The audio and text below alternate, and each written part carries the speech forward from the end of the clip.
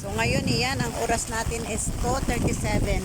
Gusto kong magpahinga, gusto kong matulog kasi magdamag na naman ang ulan at hindi lang basta ambon, talagang ulan talaga na buhos talaga, grabe talaga ang ulan hanggang ngayon 2:37 na ng hapon.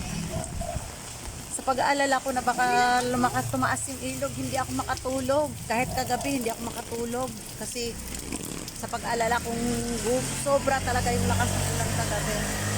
Pero hindi naman pero ganito ganito naman ang alang ha. Ang langit sobrang dilim na naman di ba? Tapos umuulan. Kaya puntahan ko ngayon ang ilog kung ano na ang level.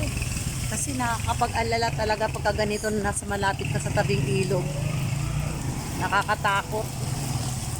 Baka mamaya nag-iisa lang ako sa bahay. Siyempre, kailangan kong itaas yung aking mga paninda. Kaya, punta tayo. Ayan na yung ating tubig. Ang lakas ng hangin, Sobrang lakas ng hangin. Tumaas ang tubig. Tumaas.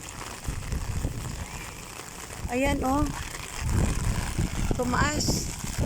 Lumaki nga. Ayan, Lumaki ang ilog Marikina. Pero, maano pa yung yung daloy ng tubig. Mabilis pa ang pagka iyan bumagal. Sigurado na yan. Ayun, maraming nag-aano ng isda. Puntahan natin ngayon yung water level ng Marikina.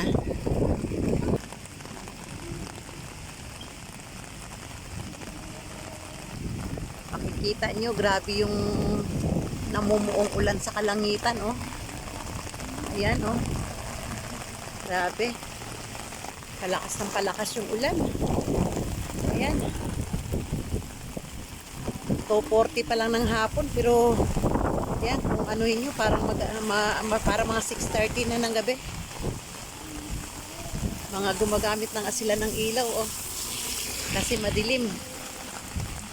So ayan, nandito na tayo ngayon sa level mismo dito sa ilalim ng tulay ng Marikina, kung saan makikita natin yung level ng tubig. Ayan, 14 ang level ng tubig. Medyo malayo pero medyo malapit na. Kaya marami na rin tao dito ngayon. Ayan. Marami na rin tao dito. Tsaka may mga taga City Hall na rin na nakaantabay. Pero wala pang mga TV station. Ayan. Palakas ang ulan. Ayan, pauwi na ako.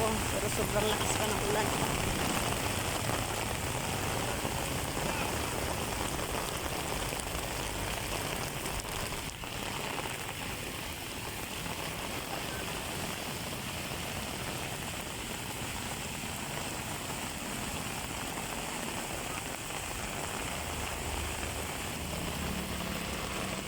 Pero wala pang mga TV station na Ayan.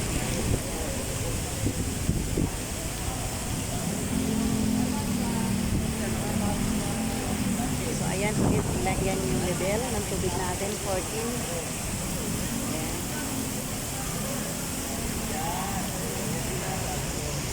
So medyo kakaba-kaba na pagka iyan nag-15. First alam na. Yan, tingnan nyo naman kung gaano pa kalakas ang buhos ng ulan na gagawin yan na mangyayari. Yan, sobrang itim pa ng ating kalangitan. Hindi talaga dapat makampante kasi ayan, kapag ka ito hanggang gabi, hindi ito tutuwang. Sigurado na. Tataas talaga ito.